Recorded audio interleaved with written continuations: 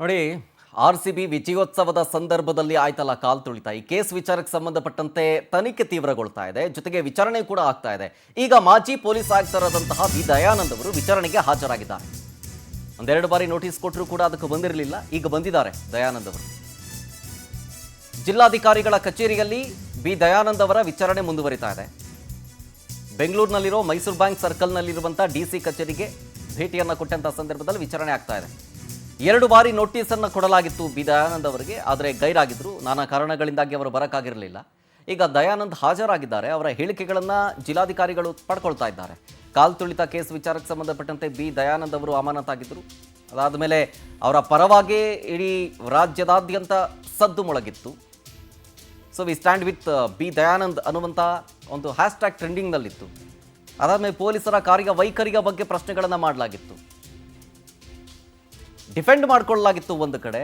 ಆದರೆ ರಾಜ್ಯ ಸರ್ಕಾರ ಮಾತ್ರ ಬಿ ದಯಾನಂದ್ ಸೇರಿದಂತೆ ಠಾಣಾ ಸಿಬ್ಬಂದಿಗಳನ್ನು, ಬೇರೆ ಬೇರೆ ಇಲಾಖೆ, ಬೇರೆ ಬೇರೆ ಪೋಸ್ಟಲ್ಲಿರುವಂಥ ಪೊಲೀಸ್ ಅಧಿಕಾರಿಗಳನ್ನು ಅಮಾನತು ಮಾಡಲಾಗಿತ್ತು.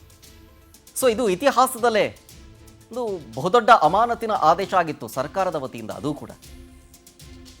ಸೊ ಹಾಗಾಗಿ ಚರ್ಚೆಗೂ ಗ್ರಾಸವಾಗಿತ್ತು.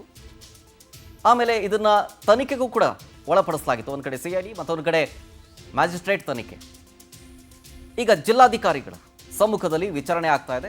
ಬಿ ದಯಾನಂದ್ ಅವರು ಹಾಜರಾಗಿದ್ದಾರೆ ವಿಚಾರಣೆಗೆ. ಆ ಸಂದರ್ಭದ ವಿಡಿಯೋ ನೋಡ್ತಾ ಇದ್ದೀರಿ.